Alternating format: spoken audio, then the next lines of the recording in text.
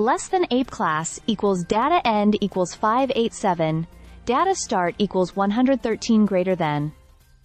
The special elections in Florida on April 1, 2025, sent a strong message that both major political parties need to pay attention to. In two key congressional races, Republicans managed to secure victories, maintaining their hold on seats that were vacated by high-profile figures like Matt Gaetz and Mike Waltz. However, the margins of these victories were much narrower than expected, signaling potential cracks in the GOP's dominance and a growing discontent among voters. Less than SOT class equals data end equals 1414. Data start equals 589 greater than.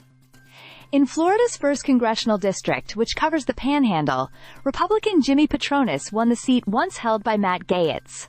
Gaetz, who stepped down after being nominated for a position in the Trump administration, had won this district by a wide margin in the previous election. But Patronis, while victorious, saw his win reduced by about 17 percentage points compared to Gaetz's performance just a few months earlier. This election was expected to be a straightforward win for the Republicans, but with Democrat Gay Vallimont raising significant funds, the race became far more competitive than anticipated. Patronis, despite being heavily outspent by Vallimont, still emerged victorious.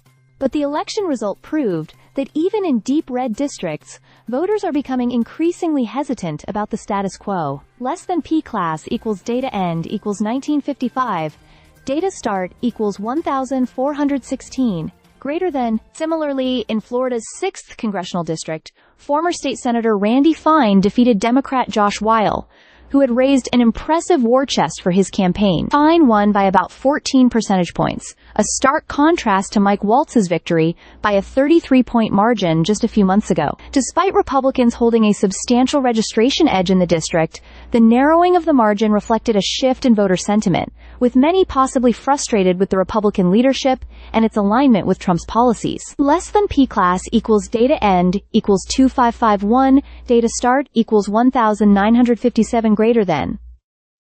For Democrats, these special elections, while losses, still represent significant overperformance compared to the general election results just months earlier. The chair of Florida's Democratic Party, Nikki Fried, highlighted these results as historic, claiming that the tight race demonstrated that Trump's influence might be waning, and that more and more voters are rejecting the extreme policies associated with his brand of leadership. Democrats also view these results as a sign of growing momentum in the state, with hopes that the trend could continue into the next general elections. Less than P class equals data end equals 2958, data start equals 2553, greater than. Less than P class equals data end equals 3481, data start equals 2960 greater than. In the broader context of the national political landscape, these victories, though important for the GOP's majority in the House, may not provide the same level of comfort as they once did. Republicans now face the challenge of uniting their party and addressing growing divisions that are reflected in these close races. On the other hand, the Democratic Party can take solace in the fact that their candidates performed much better than expected, and this could be an indication of potential gains in future elections. Less than P class equals data end equals 3795, data start equals 3483, greater than. While Florida's special elections on April 1, 2025, ultimately reaffirmed Republican control, the narrow margins show that the political terrain in the state, and perhaps the nation, is shifting. Both parties will need to carefully analyze these results, as they could set the tone for the rest of 2025 and beyond. Stay subscribed for more videos.